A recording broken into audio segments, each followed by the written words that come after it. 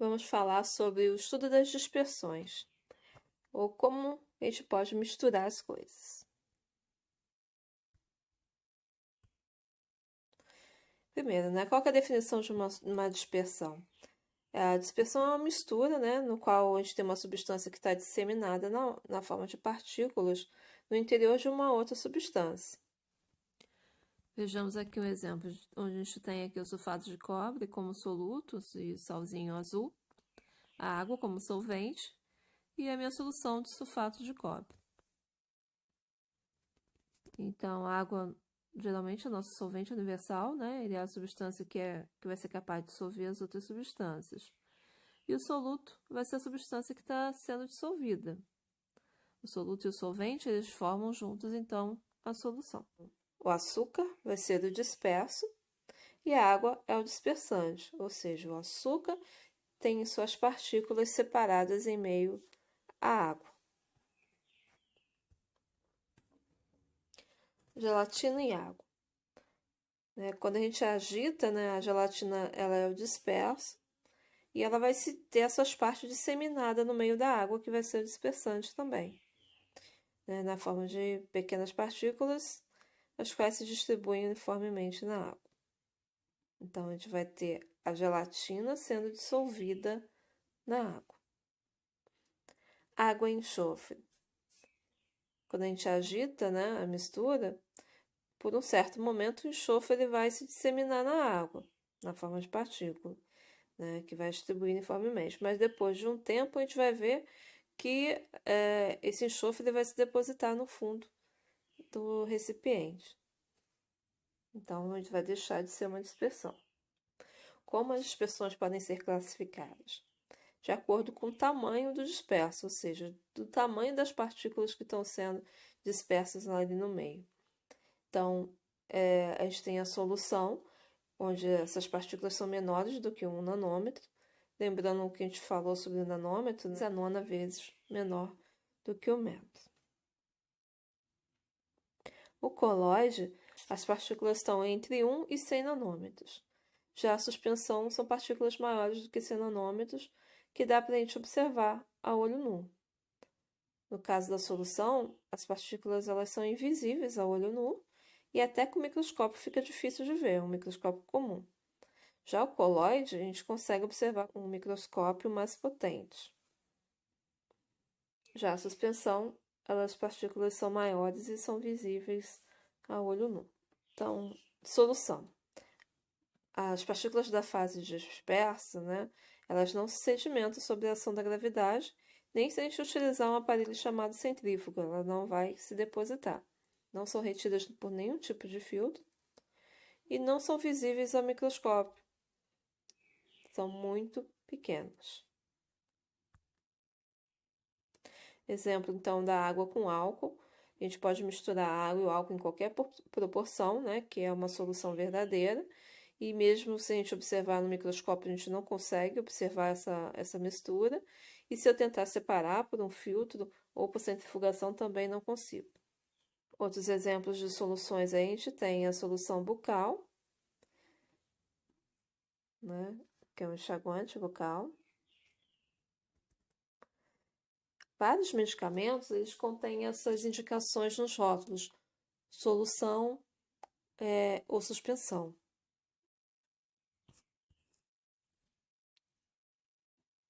A dipirona, a solução, né, o soro também é solução.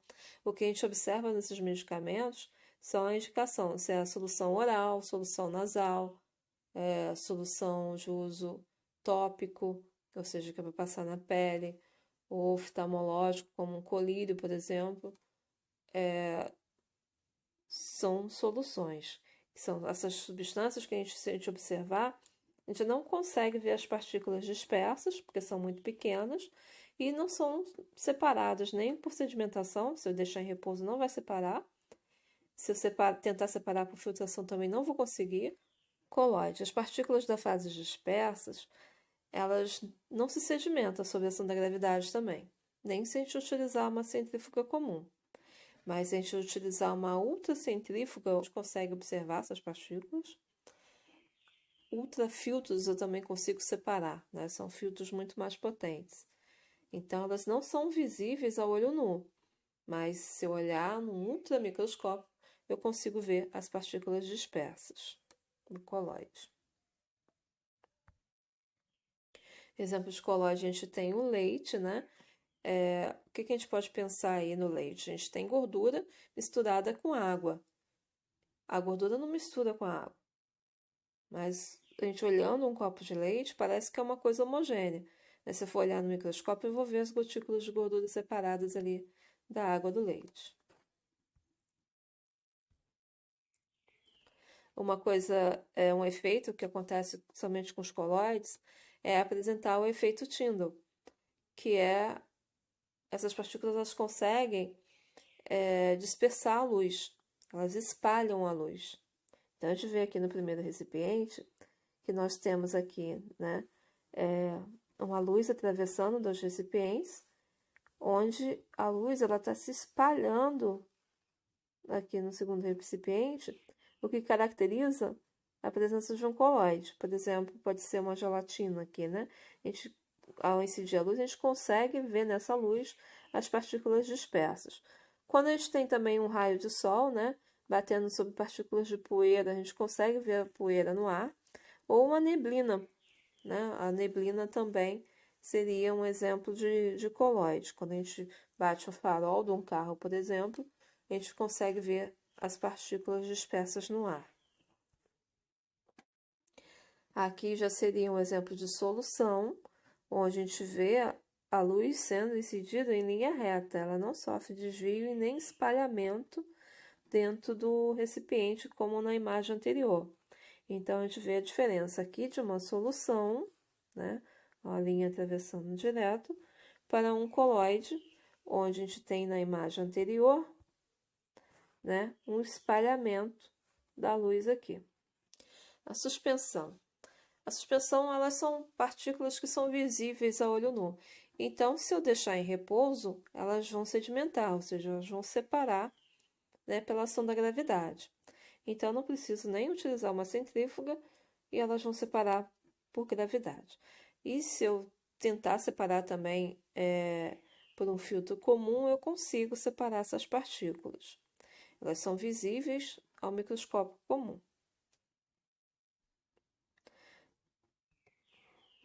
Exemplo de suspensões, tem água com óleo, onde se eu deixar em repouso, a gente vai ver que a água ela vai se depositar no fundo e o óleo na parte superior. Ou quando eu tenho, por exemplo, água com terra. Por um certo momento, se eu misturar, eu consigo, né? As partículas vão estar dispersas, mas se eu deixar em repouso, eu sei que a terra vai para o fundo do recipiente, então vai separar. Seria uma suspensão.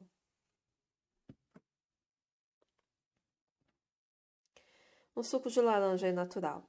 Quando a gente prepara, né? Esse suco de laranja, mistura um pouquinho de água. Se eu deixar em repouso, a gente observa no fundo do recipiente o depósito do extrato, né? Da laranja, do suco de laranja. Qualquer suco que a gente utiliza também de garrafa também que a gente vai fazer, a gente tem que estar fazendo agitação antes de consumir. São exemplos a gente pode ter isso como exemplo de suspensão. Né? Produtos que a gente compra, às vezes vem a indicação, agite antes de usar, agite antes de beber. São exemplos de suspensão. Porque se deixar em repouso, aquele concentrado ele vai parar no fundo do recipiente. Temos alguns medicamentos também que têm essa indicação de suspensão. Por exemplo, aí o ibuprofeno, que é uma suspensão oral, né? A amoxicilina, antibiótico também, suspensão oral. No caso desses dois medicamentos, a gente tem que fazer agitação antes do uso, tá? Então, ele vem indicando lá, agite antes de usar.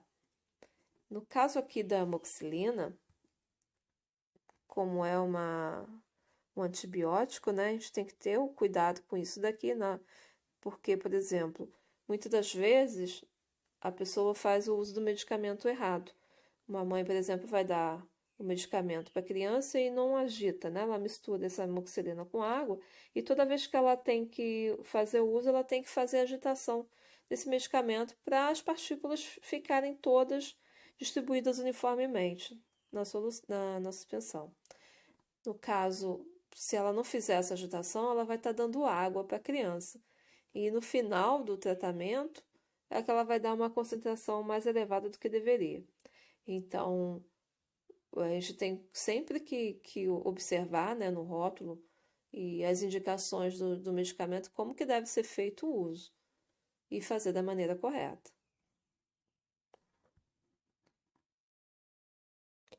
Outros exemplos aí de colóide, a gente tem o sol, que é uma classificação, né, de colóide, onde a gente tem o disperso, ele é um sólido, e o dispersante é líquido. Então, exemplos tem a gelatina, a goma arábica, os vernizes e as tintas, onde eu tenho o sólido, né, sendo dissolvido em um líquido. A gente chama de sol. O gel, onde a gente tem o disperso, que é líquido, e o dispersante é sólido. São geleias, a manteiga, o queijo. Então, um exemplo aí da geleia, a gente tem muita concentração de açúcar, né? E pouca quantidade de água. Então, a água ela está sendo dissolvida no açúcar. E isso a gente vai ter, né? Além do açúcar, né? A fruta, que é a quantidade maior, é sólida. E a gente tem pouca quantidade de líquido aí. Então, o líquido é que está sendo dissolvido nesse sólido. A emulsão. A emulsão normalmente é formada por substâncias que não se misturariam normalmente. Por exemplo, água e óleo. Quando a gente vai fazer, por exemplo, uma maionese, né? Então, aí a gente tem dois líquidos que normalmente não iam se misturar, água e óleo. Eu vou fazer a maionese, a gente coloca um agente emulsificante, que no caso é a gema de ovo. Ela que vai fazer a junção, então, da água com a gordura, né? Ou, por exemplo, como que é feita a maionese? Você pode utilizar a mistura de vinagre e azeite e colocar uma gema de ovo e bater isso no liquidificador até que tudo se misture. Isso é uma emulsão, né? Ou tem gente que faz com leite e óleo, né? O leite tem água também, bastante água. E para misturar no óleo, a gente vai fazer a agitação ali no liquidificador até uma coisa misturar com a outra. Então vai formar tipo uma espuma, uma emulsão.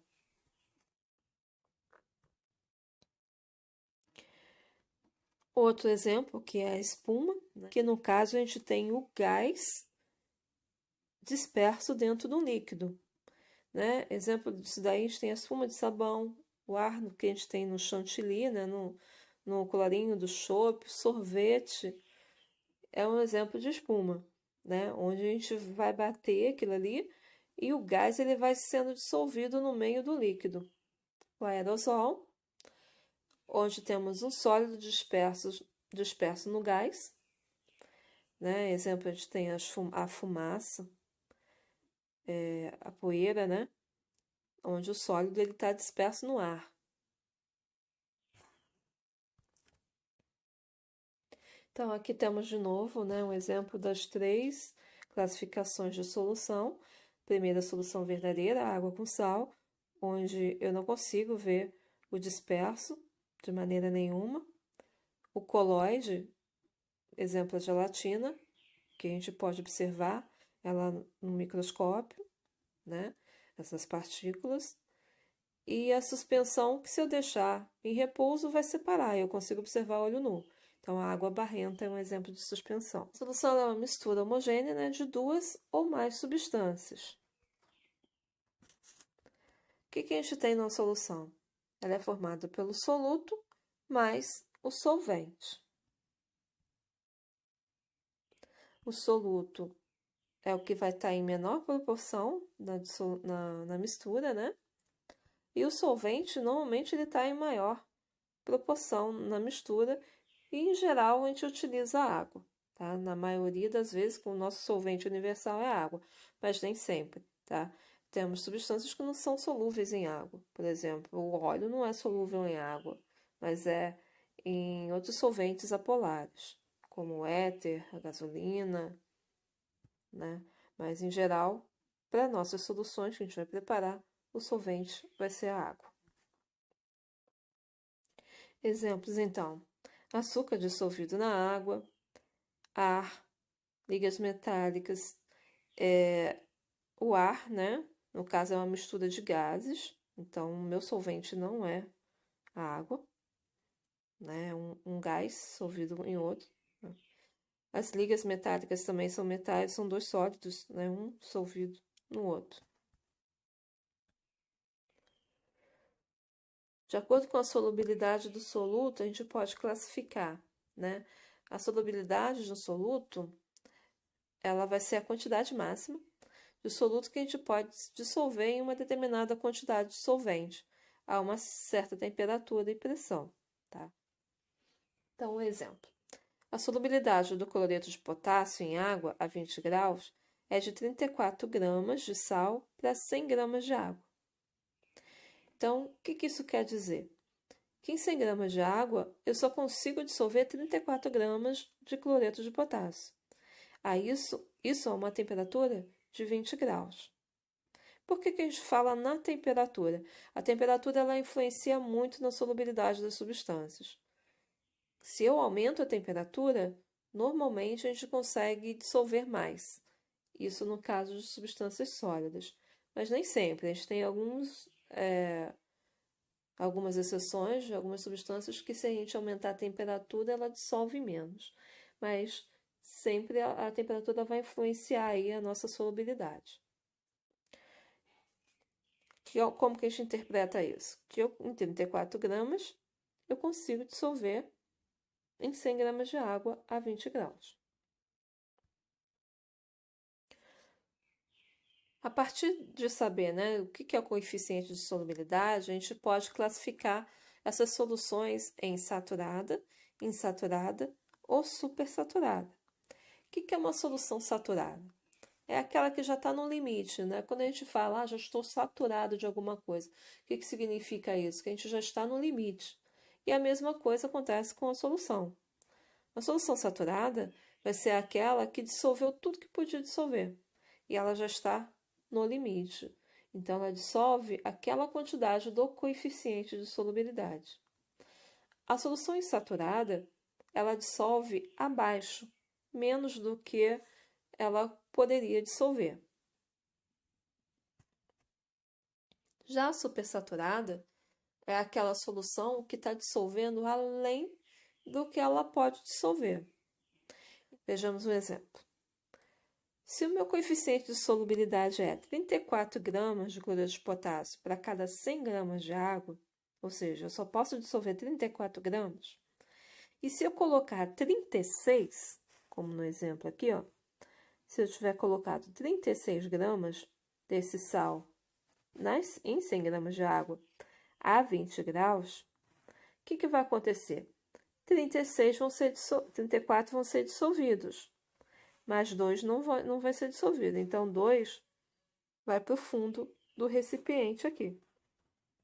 Então, a gente vai formar aqui uma solução saturada com corpo de fundo, ou seja, eu dissolvi tudo que podia e o que sobrou foi para o fundo do recipiente.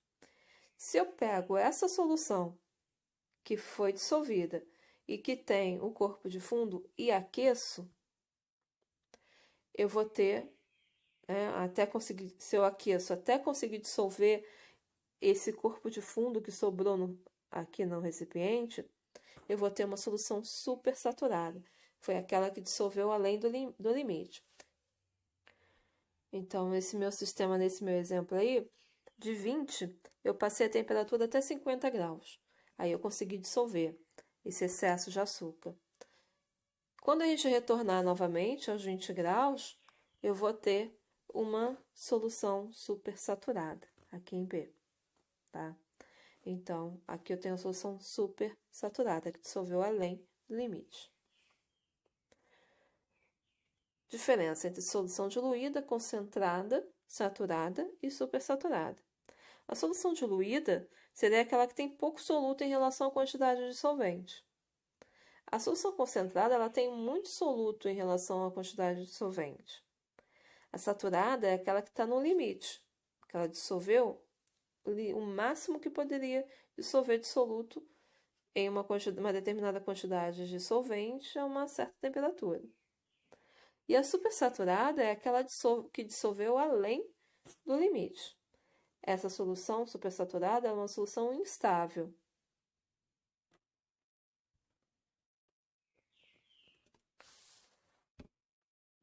Então, o que é o coeficiente de solubilidade, né? Ou de saturação? Voltando então, que é a quantidade máxima de soluto que eu posso dissolver em uma quantidade de solvente a uma dada temperatura. Então, vamos ver outros exemplos aqui. O cloreto de sódio, por exemplo, sal de cozinha. Eu só posso dissolver 36 gramas de sal de cozinha em 100 gramas de água a 20 graus. O sulfato de cálcio são 0,2 gramas para cada 100 gramas de água a 20 graus. A gente vê que a mesma temperatura, sais diferentes conseguem dissolver quantidades diferentes. Né? O sal de cozinha ele é mais solúvel em água do que o sulfato de cálcio e que o nitrato de potássio. Tá? Esses dois aqui eu consigo dissolver menos quantidade a essa temperatura aqui.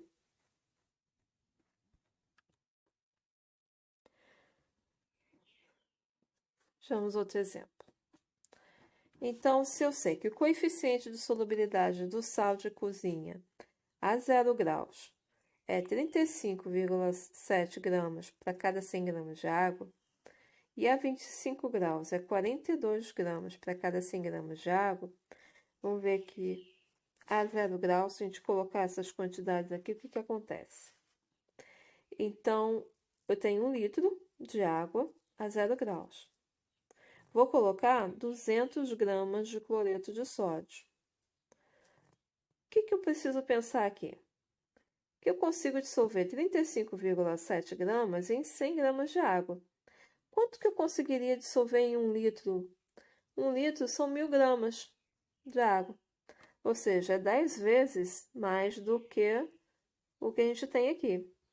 Se é 10 vezes mais, eu consigo dissolver 10 vezes mais aqui também. Então, eu vou conseguir dissolver 357 gramas em 1 litro. Né? Se eu consigo dissolver 357 gramas para 1 litro, e eu botei 200, eu botei menos. Então, essa minha solução ela é insaturada. Mas se eu colocar 357, que é a quantidade que eu consigo dissolver para 1 litro, eu vou estar no limite. Então, aqui eu tenho uma solução saturada. E se eu coloco 400 gramas, né, é acima do 357. Mas eu não mudei a temperatura, continua a 0 graus, ó, né? Então, a 0 graus eu consigo dissolver 357. Se eu colocar 400, não vai dissolver isso tudo. 357 vai dissolver e o restante vai para o fundo do recipiente. Então, aqui eu tenho uma solução saturada com corpo de fundo. Como que eu faria uma supersaturada? Eu ia aquecer isso daqui até conseguir dissolver o que está no fundo. Depois eu voltaria à temperatura de 0 graus novamente. Aí eu tenho uma solução supersaturada.